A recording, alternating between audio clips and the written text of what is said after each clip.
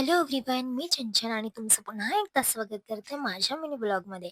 तर गाईज, आज होता बाप्पाचा डे 5. मस्त बाप्पाची अशी आरती वगैरे केली, प्रसाद वगैरे घेतला आणि आज होता आपल्याकडे गौराईचं आगमन. त्यासाठी मस्त इथे गौराईची तयारी चालू होती आणि जर तुम्हाला गौराईचं पूर्ण लूक पाहायचं असेल तर व्हिडिओला कंटिन्यू करा. तर आपण मस्तपैकी अशा बाप्पाची छान व्हिडिओज काढला. खूप सुंदर असं डेकोरेशन केलेलं होतं, तुम्ही बघू शकता.